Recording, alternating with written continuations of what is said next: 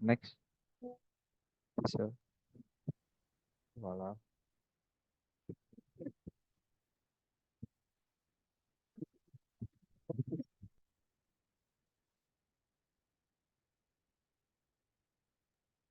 Saya Zakia dengan NRP terakhir 077.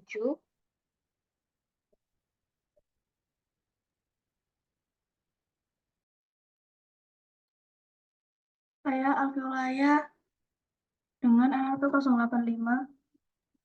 Saya Muhammad Nafal Zaki dengan NRP 088. Saya Adriani Kusuma Dewi dengan NRP 089.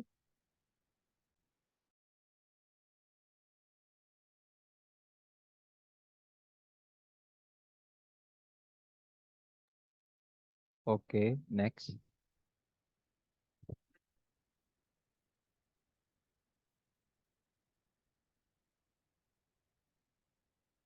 Untuk bab pendahuluan, etika akademik menjadi dasar dalam mengatur perilaku dan keputusan di lingkungan pendidikan tinggi, termasuk dalam menerapkan kebijakan fleksibilitas waktu dalam proses perkuliahan. Nah, dalam hal ini, itu terdapat tesis dan antitesis yang perlu dipertimbangkan. Eh, untuk tesisnya, fleksibilitas waktu memungkinkan mahasiswa mengatur jadwal belajar sesuai kebutuhan pribadi, meningkatkan keseimbangan hidup, dan memaksimalkan pemahaman materi dengan memperhatikan gaya belajar individu. Nah, antitesisnya, fleksibilitas yang berlebihan dapat mengurangi disiplin dan tanggung jawab mahasiswa serta mengganggu interaksi dosen dan mahasiswa.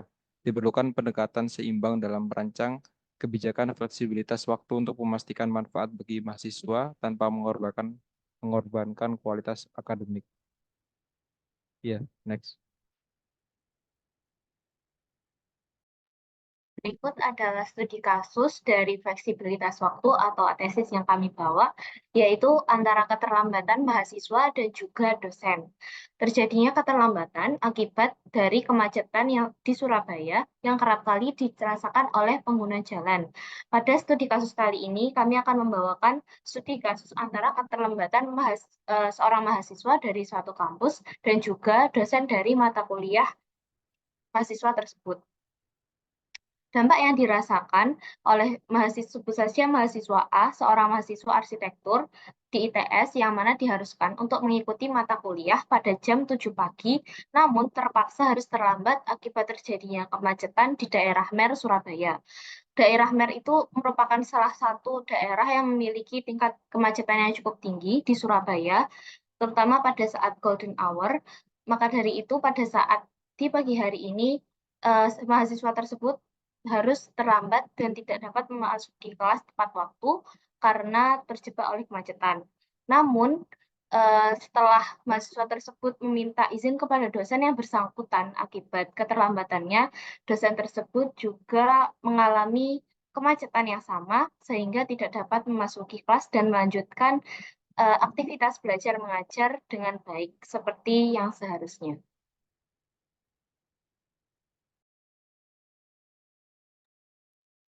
Lalu, apakah fleksibilitas waktu itu penting? Memang tidak bisa dipungkiri bahwasanya keterbatasan waktu perkuliahan dan masalah transportasi menciptakan lingkaran sulit bagi mahasiswa maupun dosen yang berjuang untuk hadir secara teratur. Fleksibilitas waktu perkuliahan menjadi suatu solusi yang dapat mempermudah mahasiswa maupun dosen ketika mengalami kendala dalam proses belajar mengajar. Fleksibilitas waktu perkuliahan dapat memberikan keleluasaan bagi mahasiswa dan dosen untuk beradaptasi sesuai dengan situasi dan kondisi pada jadwal tersebut. Sebagai contoh, ketika terjadi konflik jadwal, mahasiswa maupun dosen masih dapat menghadiri perkuliahan.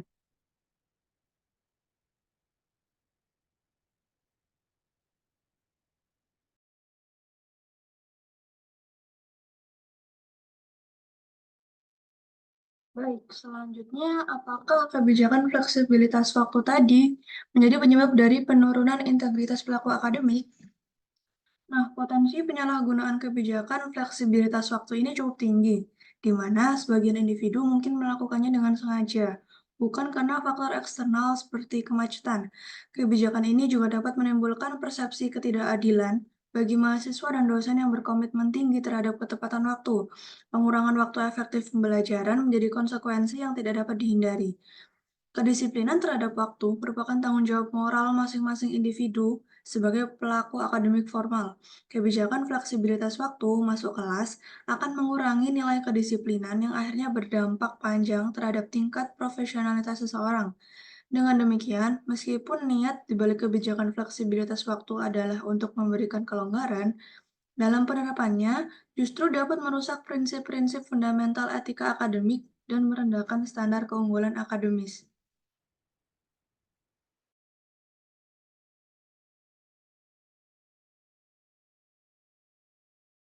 Jadi untuk kesimpulan dari beberapa argumen yang sudah kita kumpulkan tadi, dari dua pandangan terkait fleksibilitas waktu dalam dunia perkuliahan itu, kita bisa menarik garis besar bahwa penerapan fleksibilitas waktu dalam perkuliahan akan mengundang pro dan kontra, yang mana mahasiswa dapat lebih tenang saat dihadapi dengan kejadian-kejadian yang terjadi di luar dugaan seperti kemacetan, bencana alam, atau rusaknya kendaraan yang digunakan. Dan tentu hal ini juga bisa terjadi bagi para dosen. Nah, maka dari itu, dengan adanya fleksibilitas waktu kedua pihak, diharapkan bisa lebih efektif saat menjalani proses perkuliahan. Karena tak jarang jika ada mahasiswa yang moodnya sudah kurang baik di awal perkuliahan karena faktor-faktor eksternal seperti yang sudah disebutkan di awal tadi. Di sisi lain, karena mudahnya negosiasi waktu, tidak menutup kemungkinan akan adanya penyalahgunaan hak fleksibilitas waktu ini. Nah, maka dari itu, kunci dari agar bisa terciptanya negosiasi fleksibilitas waktu yang baik ini adalah kejujuran dalam berkomunikasi. Nah, maka dengan demikian, kita tidak akan saling menimbulkan prasangka yang buruk antara kedua belah pihak. Sekian dari kelompok perancangan arsitektur 2. Mohon maaf bila ada kesalahan. Terima kasih dan selamat menjalankan ibadah puasa.